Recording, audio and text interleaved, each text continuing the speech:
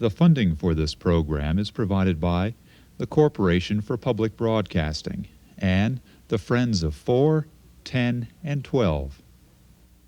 Tonight, a conversation with Idaho Congressman George Hansen.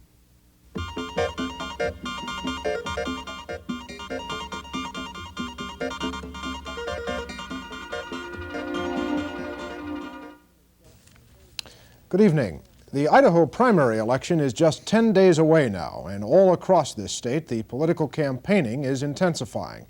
No race has heated up quite as much as the Republican congressional primary in Idaho's 2nd Congressional District. Incumbent Republican George Hansen is fighting for his political life against a challenger from Jerome, Dan Adamson. Tonight, the congressman joins us for a conversation. Next Tuesday night, Mr. Adamson will be here. Welcome, sir. Good to have you here. Thank you very much. Good to be with you, Mark. Appreciate you taking the time. Let me first ask you about the Ethics Committee.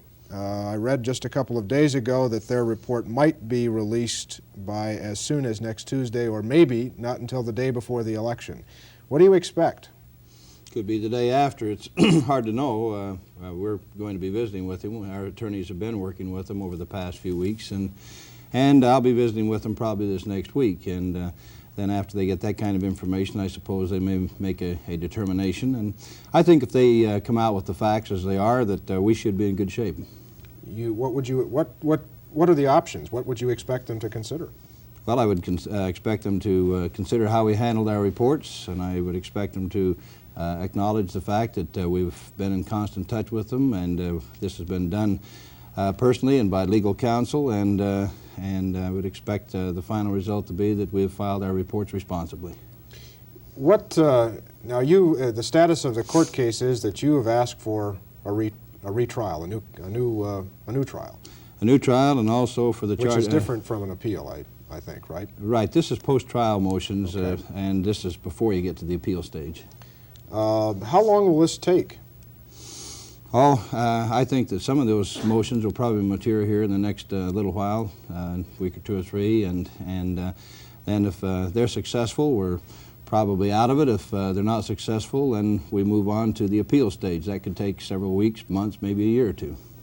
And I would assume that you'd be prepared to appeal this as far as it took. We'll appeal it till we get the facts out that we did things right.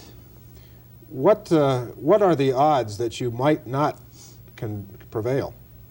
I don't think there are any odds that we won't. I think my attorneys feel there's a 110% chance that we will, and I feel that that's the way it ought to be, and certainly if the truth comes out, that's the way it is. There's no other way. You have not voted, I believe, since the conviction on, what, April 2nd? That's right. When will you start voting again? Well, it could be very shortly, and maybe it'll be a little longer. It just depends. But the Ethics Committee is looking into it, and when we have some kind of a chance to visit about it, then maybe we can make that determination. Point is constitutionally, Mark, the 2nd District's entitled to a vote. I can vote if I want to. But see, that's the Constitution. Then you have the in-house rules, which really don't override the Constitution. But that's kind of like you have your county laws, and then you have your family laws or family rules in the House. So in order to keep peace with the family, and we've been getting along very well, just kind of sit back and give this thing a chance to air out and get it taken care of. So it's a matter of my option. I voluntarily do it, and as long as it doesn't create a problem as far as losing anything for Idaho or the country, then of course we can afford to do it. But we have the right and the responsibility under the Constitution to vote if we need to. Are you looking for guidance about that question from the Ethics Committee? No, I think what we're looking for is to get the Ethics Committee to acknowledge that we handled our reports properly, and when that is done, then there should be no problem with my proceeding to go about business as usual. Are you having any difficulty justifying to your constituents that you're not voting right now? Well, of course, people ask questions, but I think they accept this very well when we visit about it for a moment. You have missed some big votes. Yes, but there's been a pretty big spread. My vote wouldn't have changed the result one way or another. And I can tell you that your influence is still there. Most of these measures are something we've been working on, and we knew where they were going, and we've had our impact on them. I would assume that, for example, you would have voted for the aid package to El Salvador this week. Yes, I would think that we need to take care of our interests in El Salvador, and I certainly would not have undermined the president. And that passed by only 4 votes. That was a pretty close one. Yep, but it passed. Okay. So you're not uncomfortable in this position? Not uncomfortable at all. I think it's the right thing to do.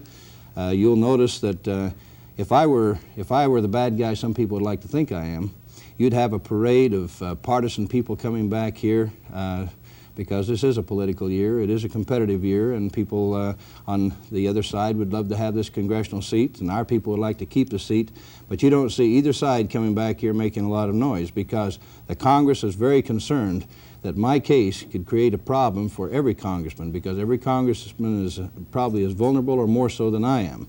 So they're being very, very careful about this. And I don't think anybody wants to politicize it at all. So I think the very fact that you don't have a big parade of people out here trying to politicize this issue and say you ought to get rid of Hansen for this reason shows that they know that my case has validity, that it's something that could have an impact on the whole Congress, and I'm sure that they're pulling for me because I hear it every day that we beat the Justice Department. Otherwise, what we could end up with is a Congress that's subjected to the police state powers of the Justice Department, and you cease to have a free Congress.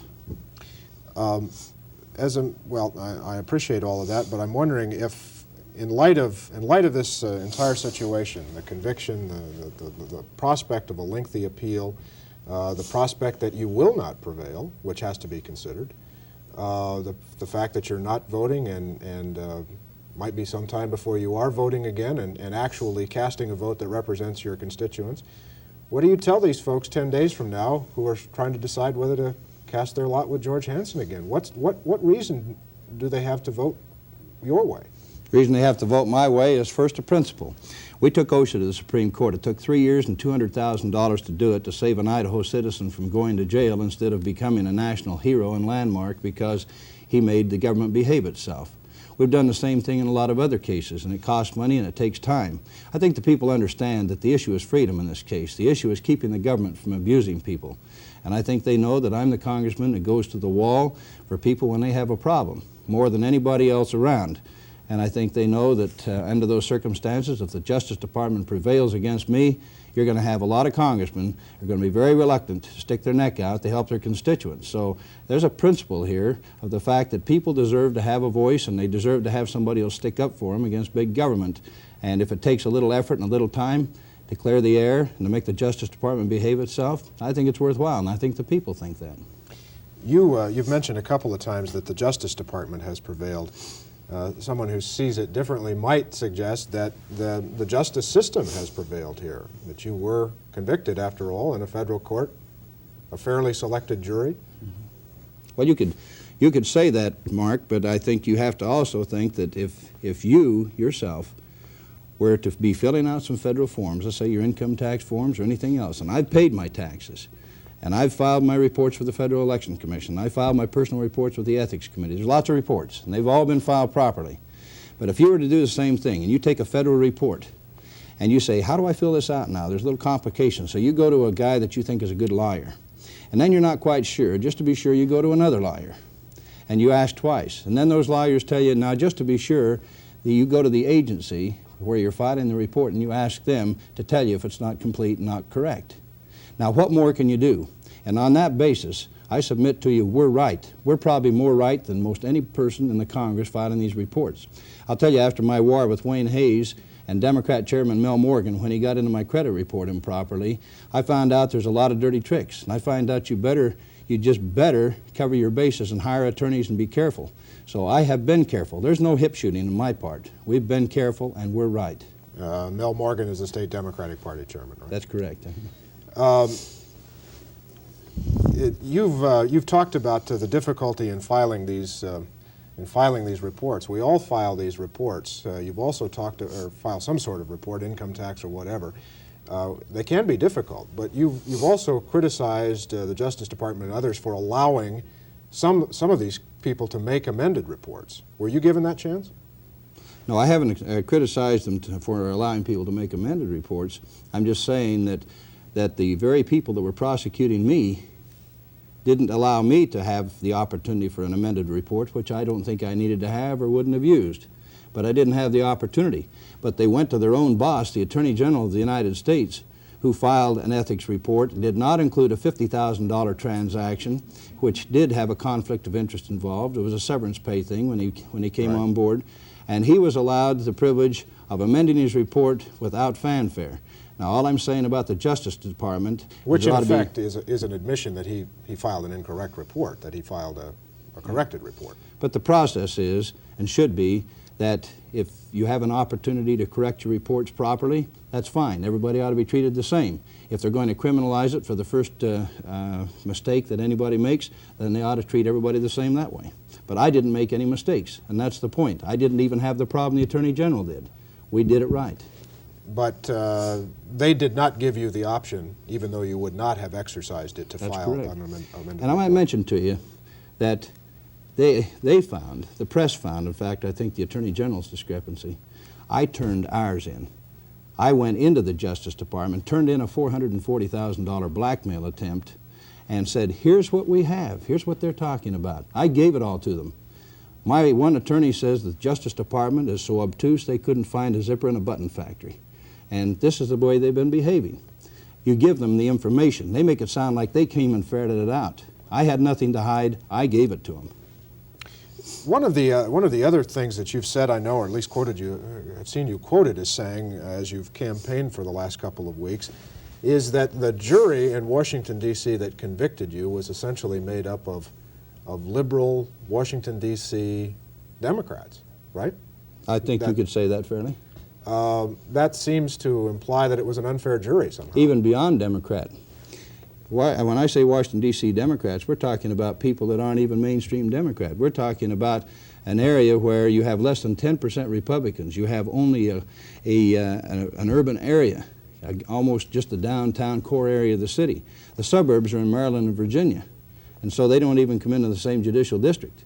And so what you have is a very different kind of people than we have here in Idaho. When you talk about being judged by a jury of your peers, then you have a situation where they're different politically, they're different culturally, they're different in every way, even ethnically. You know, I mean, it's just a totally different situation. And that's a hotbed, Washington, D.C. is for causes. And the interesting thing is that, when you're paraded through a courtroom under circumstances where it smacks on your church and smacks on your politics and smacks on your political philosophy, there's a good question of whether they convict you because of who you are, which is different than they are, or what you've done. Well, the implication, let's be blunt about it, is that they're probably, most of them were black people. Oh, I don't think you have to get into black to find people that are different. Well, I don't think it's a racial thing at all. And it's probably no coincidence that Jesse Jackson carried the Democratic well, primary. It might be an interesting observation, yes. Does that inherently make those folks unable to set in judgment on a case like this? I think the fact when you have people who are political activists, like the foreman of the jury, who is a big pusher for things that I don't believe in, like ERA and other things, and to the point that it's all over the front of their government doors, and you have that kind of people sitting in judgment of someone who believes just the opposite, and the government makes a big case of talking about you being a conservative and a Republican, and of course in that area was where Sonia Johnson took on the Mormon Church about the ERA, and you have a person that's the foreman of the jury who is also a big ERA proponent, and so you have all of these things stacked up. You know, it's not hard to believe that perhaps you weren't judged necessarily on the facts. Under that theory, could you have received a fair trial any place but here in Idaho?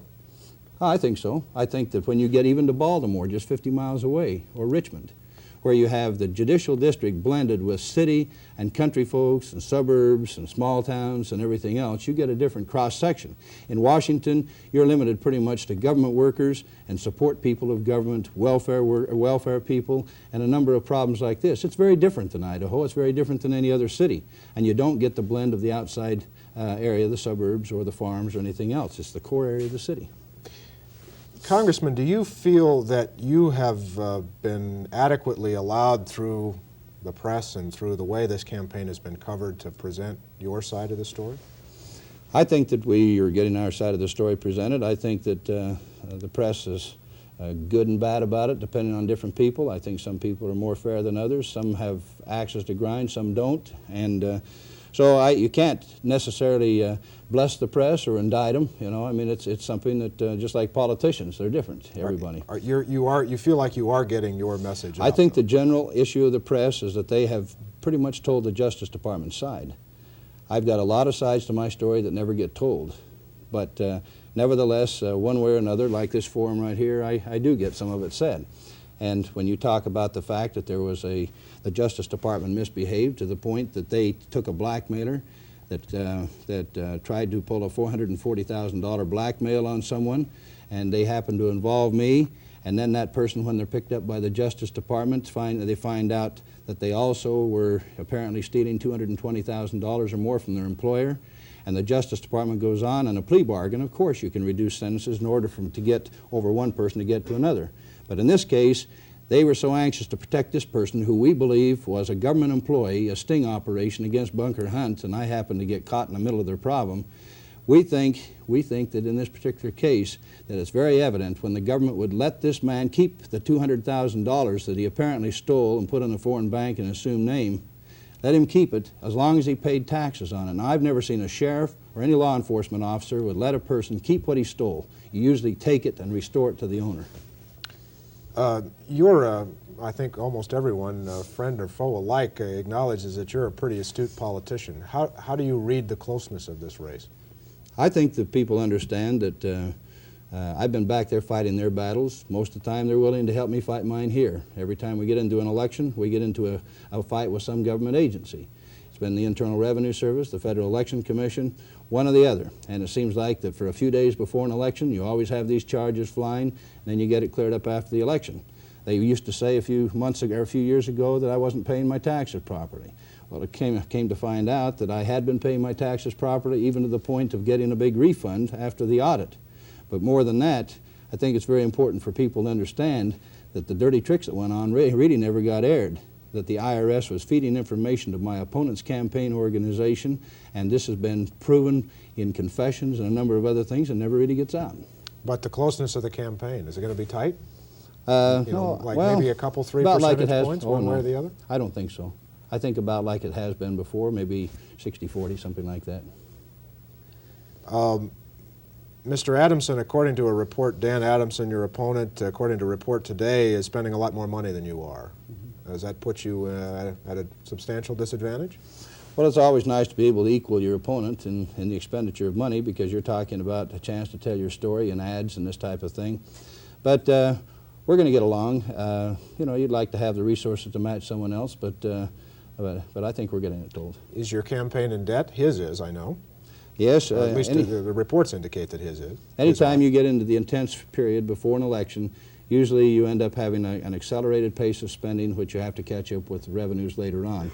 And we always have that happen. I'm sure other people do, and we'll get caught up, and hopefully they will. Mr. Adamson said recently that the reason that the Republican Lieutenant Governor, David Leroy, has said that he will vote for you next week from Tuesday is that Mr. Leroy is worried that his law firm won't get paid for helping defend you. Well, that's absolute nonsense. The law firm's been taken care of for years, and I think that's a real slap at the integrity of David Leroy. David Leroy is a top-notch individual.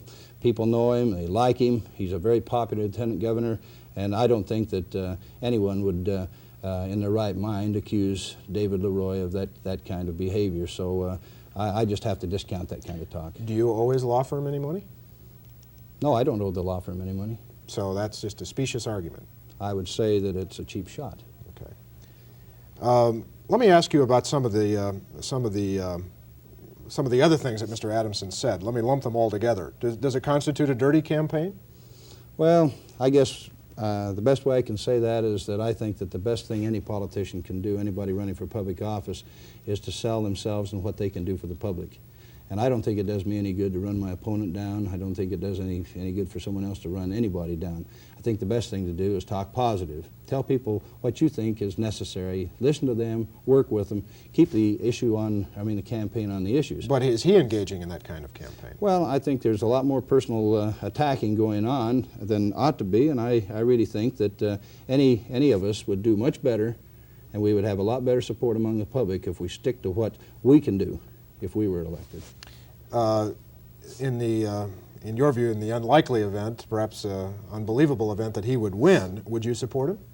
I have always, you know, I've won and lost elections for a long time. I've always supported the Republican candidate, and so I have no reason to change now, because we have to look at the big picture, and that's the fact that if Ronald Reagan's going to govern successfully as the president, he's got to have somebody that thinks as much like him as possible. And certainly, I don't think the Democrat challenger is going to be any asset to Ronald Reagan, so you'd sure have to do better than that. So sure, I'd support the Republican ticket. If you were to lose this race, would that make it much more easy for Democrats to win?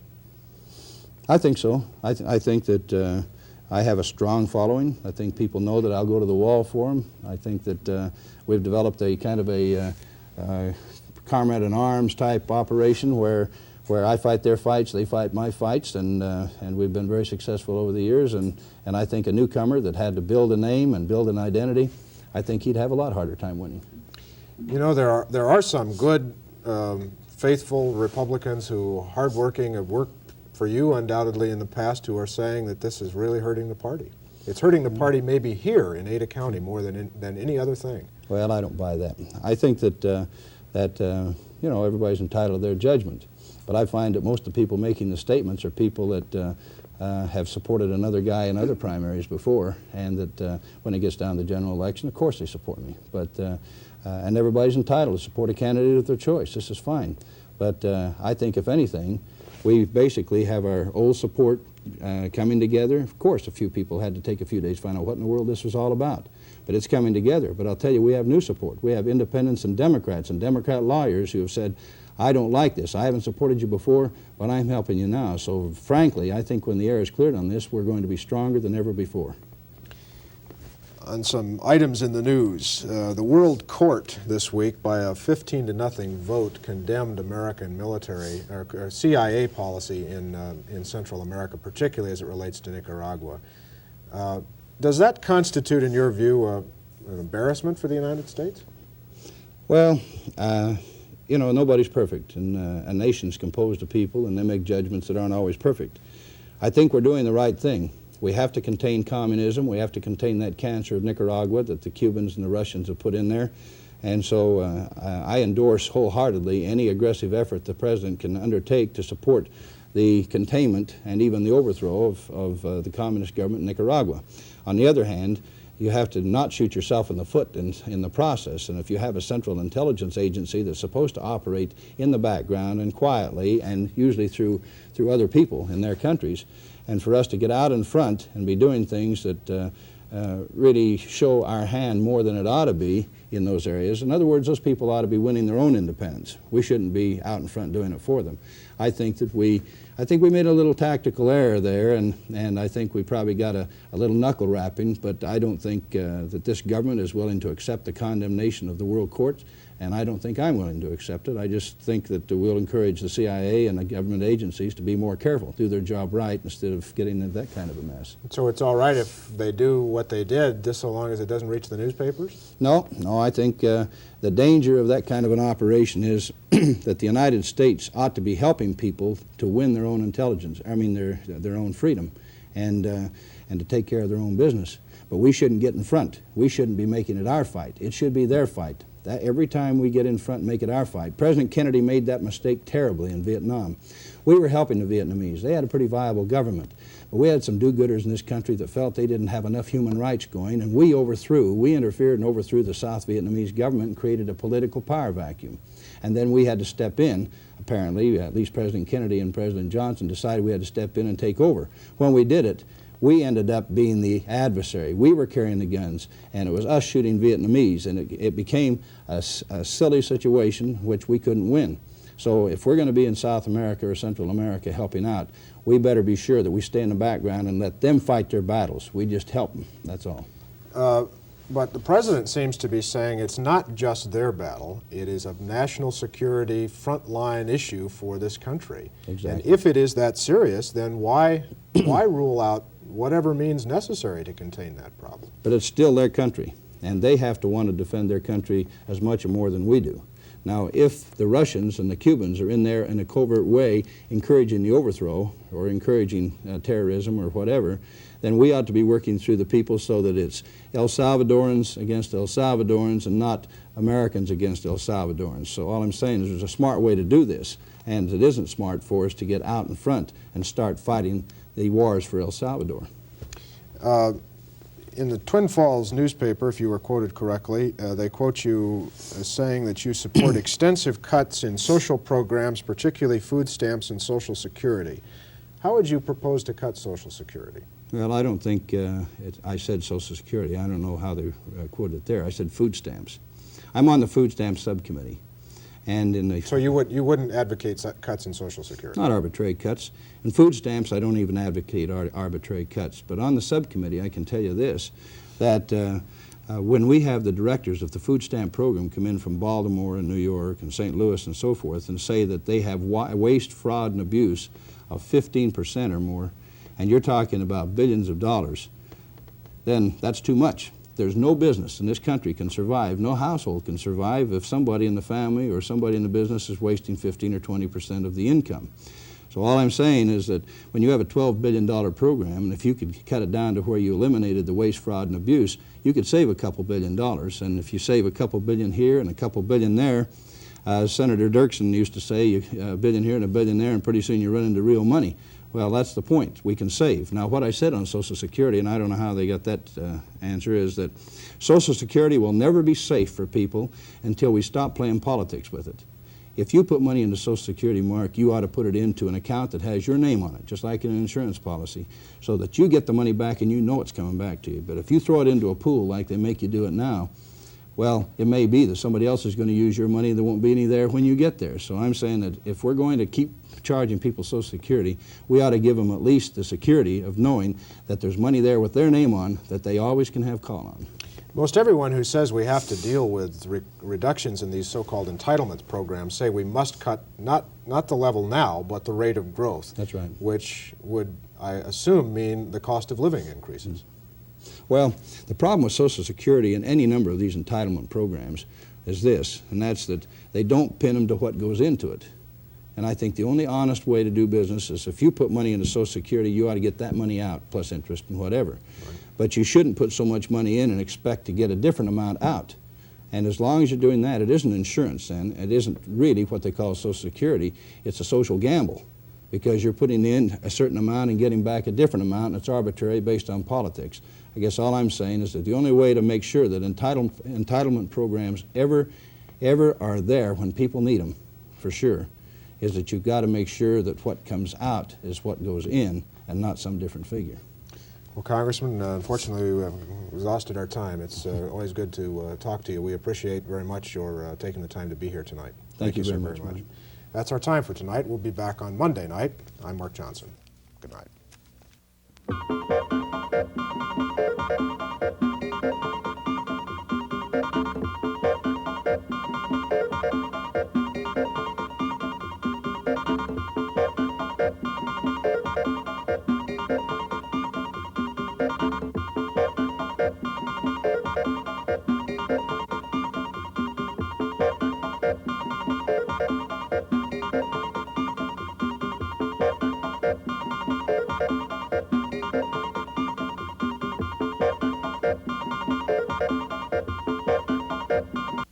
The funding for this program is provided by the Corporation for Public Broadcasting and the Friends of 4, 10, and 12.